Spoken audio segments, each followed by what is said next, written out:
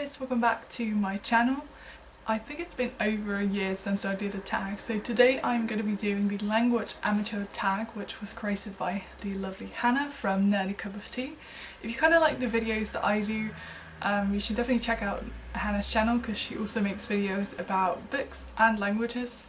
Great combination, so go check her out. And yeah, there's 14 questions to this tag, so let's get started. The first question is, do you own a textbook you've never used to study? And I thought this answer was going to be very boring because I figured I would only have one textbook, this one, which I bought a few weeks ago, so obviously I haven't had that much time to study from it. This is, by the way, a textbook that I got in Faroe Islands for learning Faroese. But yeah, I haven't used it yet. I'm excited to use it though, and I do think I will use it, but I actually realised now, looking on my bookshelf, that I do actually have some books that I haven't yet used, and those are Can't You Look and Learn and the accompanying workbook. I've never actually used these, and the reason is mostly that my level just isn't good enough. I have other books for learning Japanese that I'm working on, and I definitely need to finish those before I get started on these.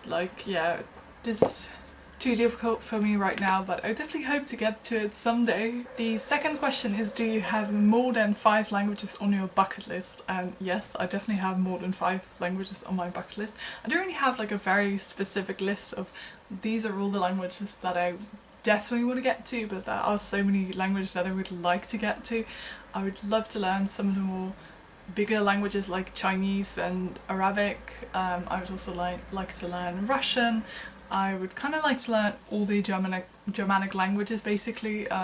So hopefully someday I'll also get to Norwegian, because quite a lot of Germanic languages I have at least dabbled in them. I haven't properly studied Danish, but I am learning Danish on Duolingo, so I can't really say that I don't know any Danish. But yeah, I'd also like to learn Norwegian at some point, and so many other languages. I don't know, I think Georgian would also be really cool, and I think Hannah mentioned this as well because the script is just really beautiful, but the sounds are really difficult, so I'm just not really sure if I could really manage it. I don't know. Oh, and I would like to learn Frisian, which is a language that's spoken in the north of the Netherlands. It's very closely related, and I don't know, I can definitely understand part of it, but I would just like to properly learn it. Although, yeah, I mean, I have tried a little bit, but I haven't properly dedicated loads of time to studying it, so that one is also on my bucket list. I think Romanian would also be cool, and Bulgarian,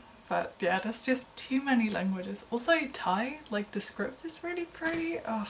The third question is, do you own multiple notebooks per language? And I definitely do. I think for French and German it's mostly due to studying it in high school, and pretty much every year I would start a new notebook for some reason. I don't really know why I did that. But yeah, then I also started notebooks after high school for those languages, and yeah, for other languages I also have several notebooks, but mostly because I just would lose them and then forget that I already had one, because I looked through my notebooks and I realised I have a notebook for Frisian. I don't remember starting one, but apparently I did. For Japanese I also have 2 notebooks. And this one is just, I used this when I was taking private lessons, but I don't know, I just felt like I would prefer studying it on my own, and yeah, this notebook is just a bit messy, so when I started learning it on my own, well, when I continued actually, I started a new notebook, and that one is just more, I don't know, it's just more organised, and I like this one better, so I don't really use the other one anymore. Question 4, have you eavesdropped on a conversation in other language at least once? And I've done this so many times. Yeah, it's usually just me trying to figure out what language they're speaking, because it doesn't really happen that often that, you know, the people are actually speaking a language that I understand very well. But if they're speaking Swedish, I've definitely listened in on several conversations in Swedish. And I've also tried to do the same with Japanese, but I just understand a few words here and there. I can't really understand the conversation, but I've definitely done this so many times. And that's actually been so much easier the last 3 years, because the past year I lived in London and you hear a lot of languages spoken around you all day, So that's a really good place to eavesdrop. And actually 2 years before that I lived in The Hague, which was a very international city, so I would often hear people speaking other languages, and actually quite often Swedish as well.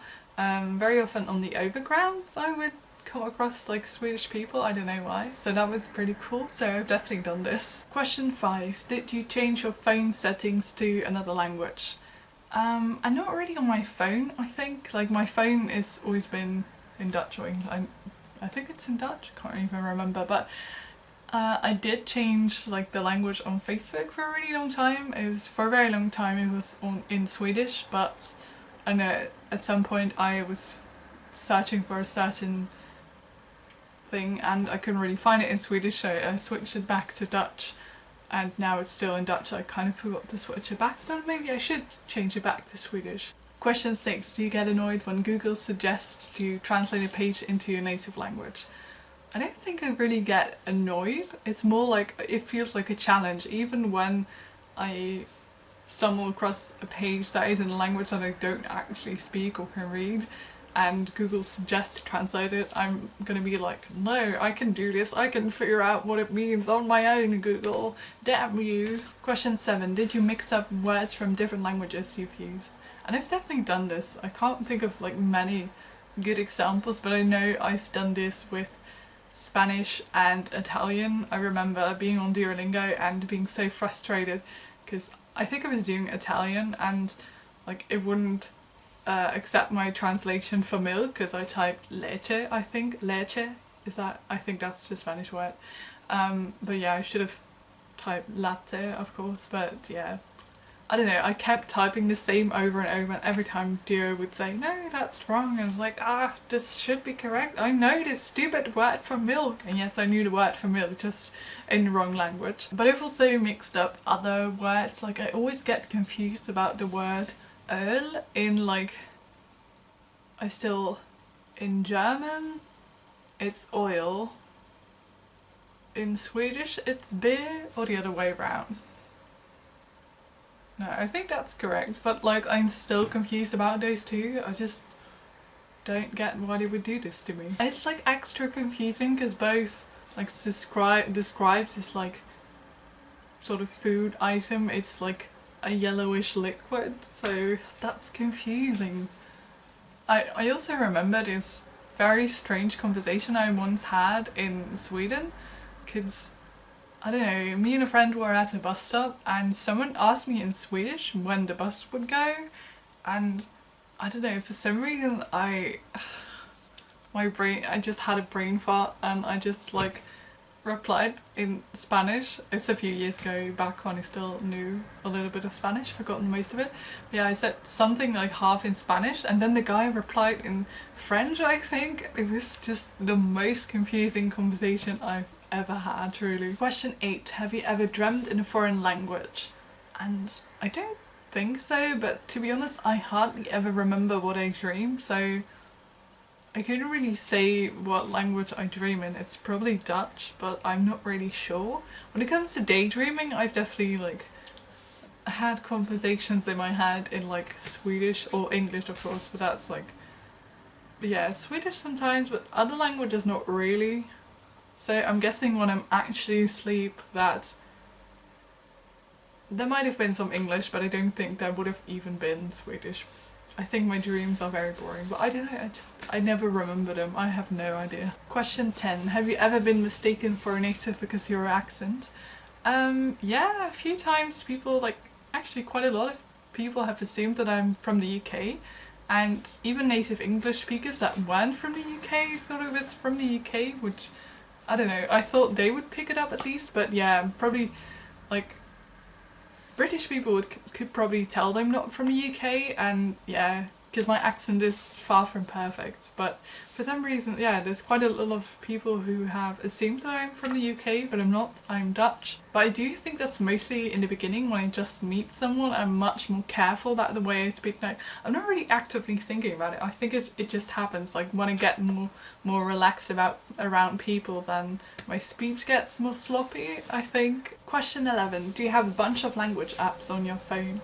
I actually only have 3 apps, but that's mostly because my phone is just really crappy and it can't really handle a lot of apps. If it would handle more apps, I would definitely put all the language apps there are on my phone, but right now I only have Duolingo and Memrise because I can use those two for multiple languages, and I also have beginner Faroese because I was studying Faroese on my trip and beforehand, so those are the only language apps I have. Question 12. Did you enjoy your first language learning experience?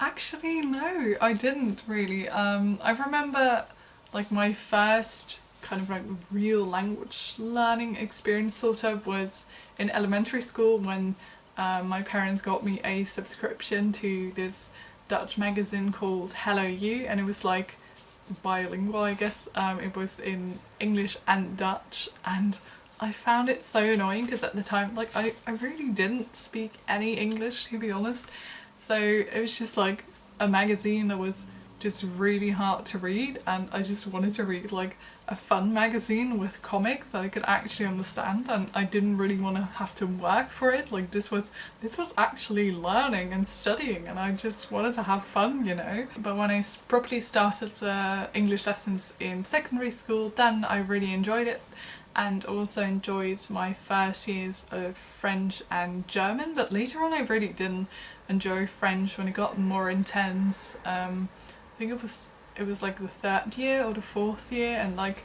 we would read The Little Prince, Le Petit Prince by Antoine de Saint-Exupéry, and I just couldn't understand any of it, and it was just so frustrating because yeah, I didn't really like it, and I don't know, it's just not a great year, to be honest. Like other stuff was happening as well, but for some reason I hated French the most. I was just struggling the most with French. And yeah, it's just kind of funny to me because I really didn't enjoy reading The Little Prince, and now it has become one of my all-time favourite books, so it was all alright in the end. But yeah, not all of my language learning experiences when I was younger were that great. Question 13. Can you select a number one favourite language, or do you like them all?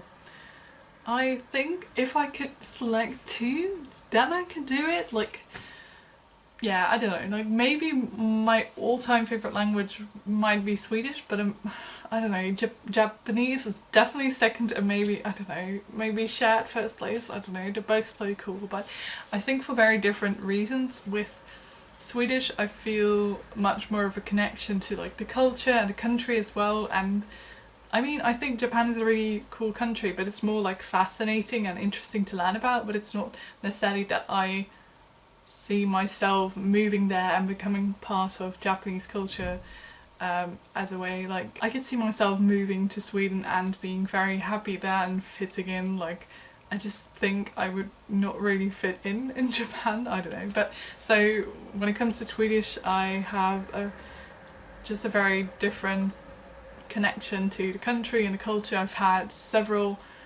I've been there many times and I've always really enjoyed it. People are really friendly, and I've only been to Japan once, so, and just to like the touristy places, so I just don't really know Japan that well. But then on the other hand, Japanese is such a cool language because it's like a different script, and it's like very different from any other language that I've ever studied, so that's also really cool. It's just really hard, but if I really would have to pick one, I would probably say Swedish, but that is not necessarily due to the language, I guess. I don't know. And then we get to the last question, question 14. Could you start to learn an unpopular or rarely used language just because you like it? And I could definitely do that. I would like to learn like more minority languages, I think, or like smaller languages. I think it's already really cool to learn Faroese because not that many people speak it. I mean, I think it's like 60,000. That's not like, of course our languages are spoken by like, I don't know, like 100 people or like 10, but I still think it's like cool to learn languages that aren't used as much, even outside of the country. It's definitely more challenging but also more rewarding, and like I get so excited when I find a new Faroese resource, when I find a new song or stuff like that. There are definitely languages that I would like to learn that aren't really used as much or aren't really that useful per se. As I mentioned before, I would like to learn Frisian, and you know, everyone in the Netherlands who speaks Frisian also speaks Dutch. Like, you really don't need it to get around in Friesland. But I think it just would still be really interesting to learn, and I think it would also be cool to learn like the Sami language. But yeah, I feel like that might also be very difficult to learn. So those were all the questions for the language amateur tag. I'm gonna be tagging Iris from the channel Blue Iris. And also you, if you feel like doing this tag, definitely go ahead and do this tag and let me know in the comments if you've done so. Yeah, or maybe you could answer some of these questions in the comments, and maybe I'll see you next time. Bye!